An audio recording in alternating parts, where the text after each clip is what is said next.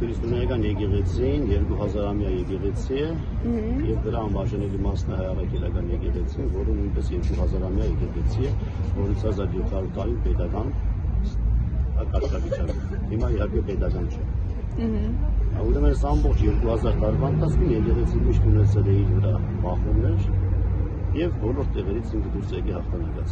Այսինքն ձեզ չի ընկճում եւ չի վախեցնում Փաշինյանի համարձակ սցենարները։ Անունները տալիս եք դա ինձ շատ չի դաշտում թե բուն սցենարներ։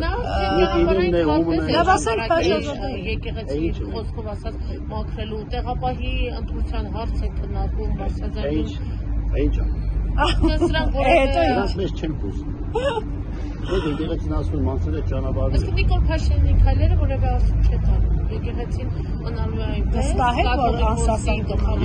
Եթե պատմության մեջ լսած դնեք, որ որևէ մի անհատ մարդ Արարած դուրս եկի Աստծո դեմ ապստամբելու հաղթել է, այստեղ կարող եք այդ հարցերը տալ։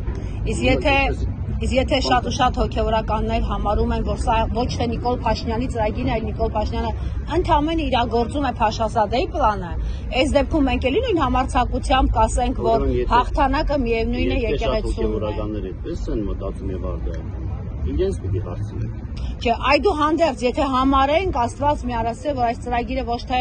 փոքրիկ ԿՊԱ-ական խմբակի ծրագիրը, այլ մասշտաբային է եւ արտաքին ճնշումներով են, էլի մենք նույն վստահությամբ կարող ենք ասել, որ եկեղեցին է հաղթելու։ Միանշանակ,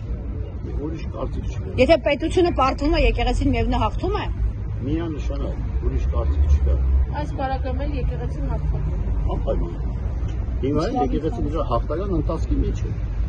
Ինչպես, երբ որ 10 եպիսկոպոսներ Փաշինյանի ձեռքն է սա։ Ինչ կապում է։ Մեկը եկեղեցին իր հաղթական ընթացքի մեջ է։ Որովհետև եկեղեցու գլխին Քրիստոսն է, իսկ Քրիստոսը հայտարարել է, որ ես հաղթեցի աշխարհին։ Մենք այդ հաղթանակի ճանապարհով ենք գնում։